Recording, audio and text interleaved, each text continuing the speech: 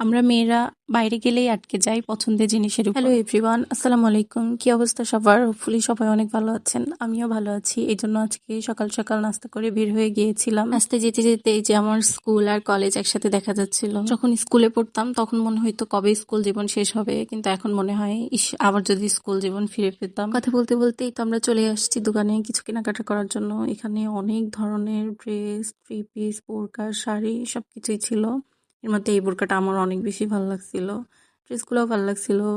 মনে হচ্ছিল ইস, যদি পুরো দোকানটা একবারে কিনে নিয়ে যেতে পারতাম বেশ ভালোই হতো। এরপর দোকান থেকে বের হয়ে দেখি বাইরে কেউ নাই, সেই সুযোগে আমি একটু ভিডিও করে নিলাম। এরপর আরেকটা দোকানে চলে গেলাম। আসলে একটা জিনিস কেনার উদ্দেশ্যে বের হইলে আরো 10টা জিনিস কেনার কথা মনে পড়ে। আর এই যে এই দোকানে বেশ সুন্দর সুন্দর ব্যাগ, জুয়েলারি, কসমেটিক, অনেক পছন্দের জিনিস ছিল, এগুলো দেখলাম। কিন্তু একটা জিনিসও কিনি নাই, কারণ দোকানদার অনেক বেশি দাম বলছিল। 100 টাকার জিনিসের দাম 200 টাকা, 200 টাকার জিনিসের দাম 400 টাকা। এরপরে এই লিচুগুলো দেখেছিলাম, এগুলা নিলাম, কিন্তু লিচুগুলো এত টক। এরপর একটা সিঙ্গারা আর এই যে লিচি খেতে খেতে উঠতে উঠতে চলে আসলাম। আজকের ভিডিও এই পর্যন্তই, দেখা হবে নতুন কোনো ভিডিওতে। ততক্ষণ সবাই ভালো থাকেন, সুস্থ থাকেন, আল্লাহ হাফেজ।